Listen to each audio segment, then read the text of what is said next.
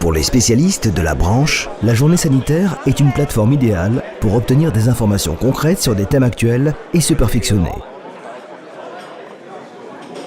Les exposés techniques étaient tout spécialement destinés aux professionnels du sanitaire qui s'étaient réunis à Berne. L'augmentation des dégâts d'eau est un sujet très actuel. C'est à ce propos que s'est exprimé Markus Kloisli. Il est responsable technique du comité de domaine sanitaire de Swisstech. Jetzt gibt es natürlich verschiedene Aspekte, warum wir solche Wasserschäden haben, nach wie vor, trotz. Plusieurs raisons expliquent pourquoi nous sommes aujourd'hui encore confrontés à des dégâts d'eau. Malgré de bien meilleurs matériaux, de meilleurs raccords et une meilleure formation, les frais liés à de tels sinistres sont en augmentation. Les causes des dégâts d'eau sont diverses, mais une chose est sûre, une bonne planification est capitale. Il importe également de former des professionnels qualifiés et de leur transmettre le savoir-faire nécessaire.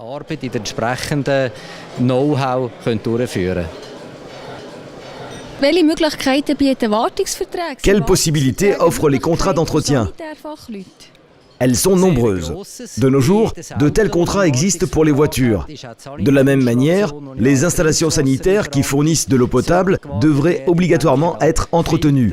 Je pense notamment aux filtres et aux installations de traitement de l'eau. Je conseille à chaque installateur et maître de l'ouvrage de conclure un contrat d'entretien.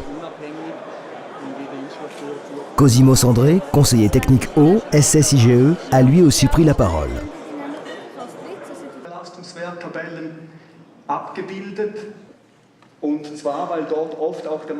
Ces explications concernant la révision de la directive W3 étaient attendues avec impatience.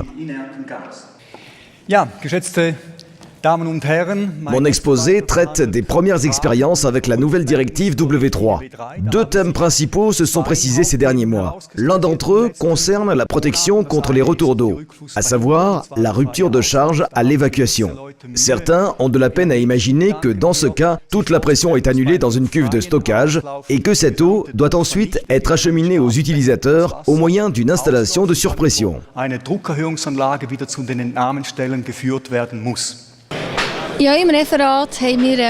La directive W3 est entrée en vigueur le 1er janvier 2013. Quels sont les trois principaux changements ? Tout d'abord, nous y avons intégré la norme EN 806. Ensuite, nous avons ajouté la norme EN 1717 en tant que complément 1 à notre règlement, ce qui a conduit d'importantes modifications. Enfin, le complément 2 concerne les changements liés à l'entretien et à la maintenance des installations sanitaires. En digne représentant des propriétaires, le directeur de la HEV a lancé un appel aux techniciens du bâtiment. Selon vous, que peuvent faire les techniciens du bâtiment pour bénéficier d'une bonne image auprès des propriétaires ? En tant que tels, ils en bénéficient déjà, car les propriétaires dépendent d'eux. De manière générale, établir des offres concrètes et s'y tenir et effectuer leur travail soigneusement.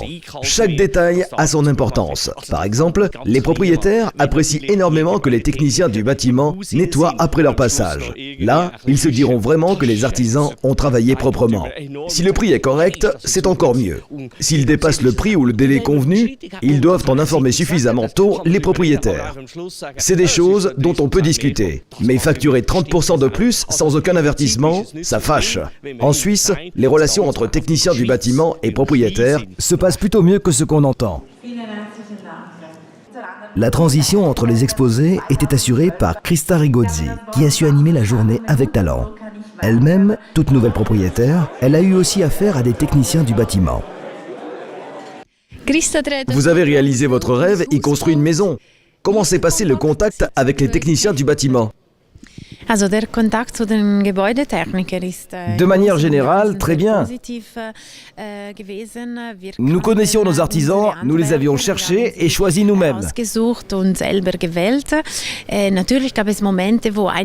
Bien sûr, certains ont travaillé mieux que d'autres. La construction a duré 3 ans, ça n'a pas toujours été facile. C'est une chance de pouvoir construire sa maison si jeune. Et je suis très heureuse d'en avoir eu l'occasion. Le programme varié et intéressant a attiré quelques 500 professionnels venus de toute la Suisse. Ils se retrouveront en 2015 pour la prochaine journée sanitaire.